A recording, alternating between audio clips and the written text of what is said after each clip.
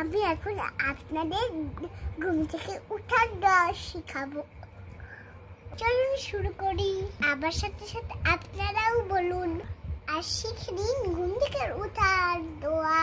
আলহামদুলিল্লাহ হিল্লাজি আহিয়ানা বাদা মা আমাতানা ওয়া ইলাইহিন নুশুর।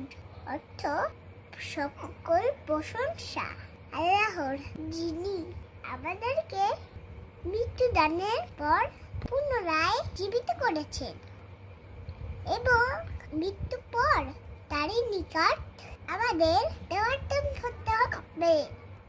আমার সাথে দোয়াটি পড়েছেন তো? আমার এখনো মুখস্থ হয়নি, ইনশাআল্লাহ খুব দ্রুত মুখস্থ